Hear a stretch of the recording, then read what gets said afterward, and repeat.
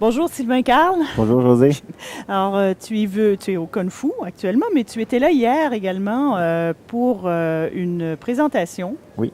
Conférence, on a une présentation sur ce qu'il faut avoir pour si on veut être soit un directeur technologique ou un VP technologie dans une start-up.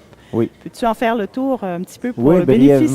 Oui, je voulais amener ma perspective notamment sur les différences entre un rôle de dirigeant en technologie, de cofondateur d'une start-up et peut-être ce que la plupart des participants ici sont, qui sont peut-être des développeurs principaux, mais je voulais leur expliquer un peu qu'est-ce que ça change quand tu es en charge de la technologie, mais aussi de la business. Donc, quand c'est aussi important d'être en charge de la business que de la technologie, et souvent, ça veut dire qu'il faut que tu fasses un peu moins de technologie pour faire plus de gestion des affaires.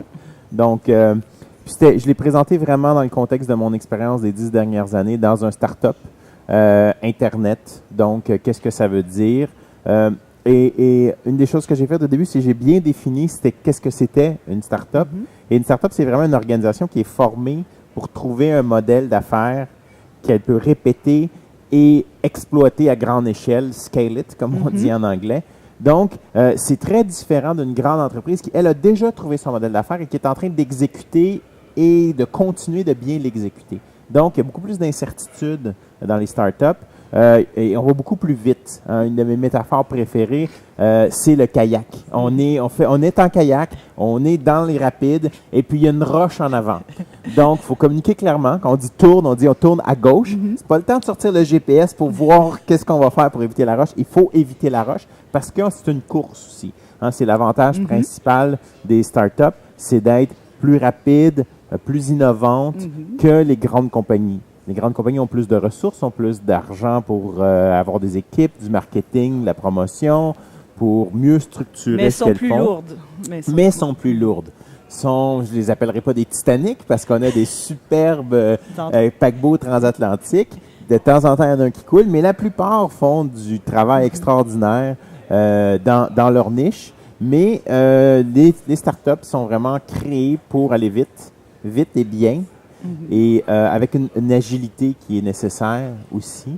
Donc, j'ai présenté un petit peu les 4 choses qui étaient importantes dans un startup. C'est pas parce qu'on est le CTO ou le VP technologie qu'on s'occupe juste de la technologie. J'ai parlé du marché, il faut s'occuper de son marché, de son produit, de l'équipe et du modèle d'affaires. Donc, c'est important, et pour les gens de technologie, de se faire dire il faut que tu t'occupes des affaires, mais c'est peut-être pas un message qu'ils ont entendu. Beaucoup. Et l'autre chose que j'expliquais, c'est que quand tu es dans un startup, il n'y a pas beaucoup de ressources.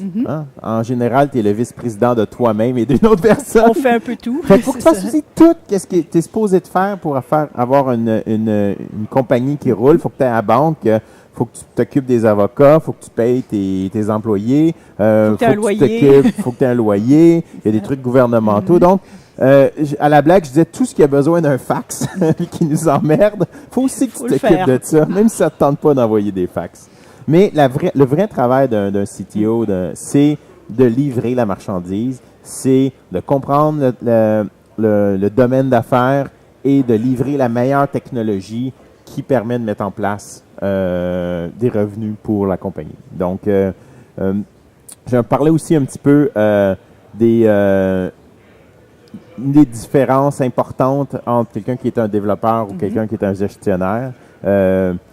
Entre autres, faut aimer apprendre. Donc, si on est satisfait de ce qu'on sait, on n'est pas un bon candidat pour devenir CTO.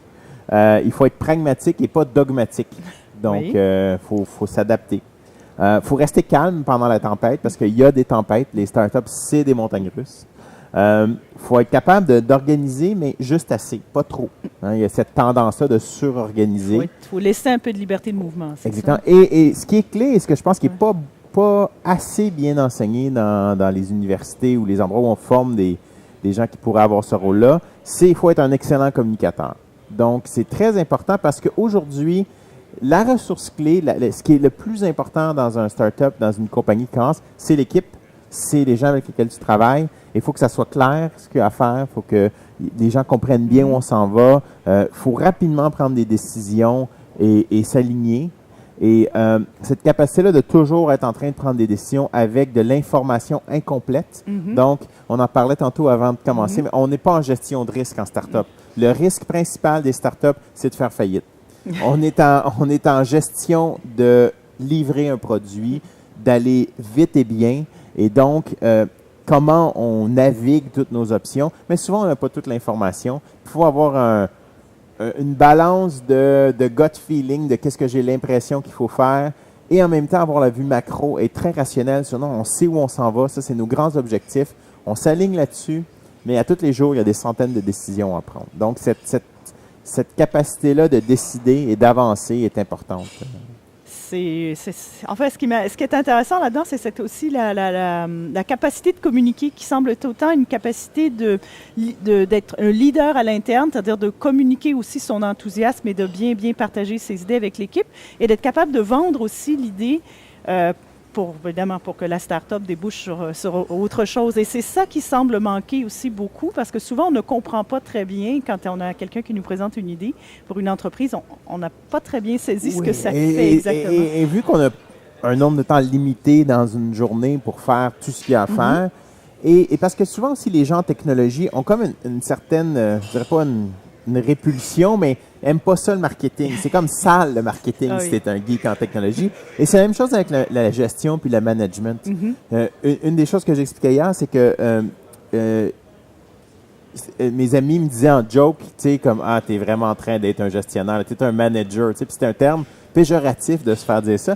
Puis quand j'ai compris qu'une organisation, c'est un système qui avait des processus, qu'on pouvait l'améliorer puis qu'on pouvait hacker une organisation. Puis je me suis dit, ah non, on peut être un hacker de business, on peut être quelqu'un qui prend une organisation comme un système, pareil comme j'aime régler des problèmes avec les programmes, avec les machines, avec les processus. C'est la même chose. Et donc, j'ai pris cette approche-là de dire comment est-ce qu'on peut optimiser, travailler mieux. Puis des fois, ça veut dire tout enlever puis recommencer à zéro aussi.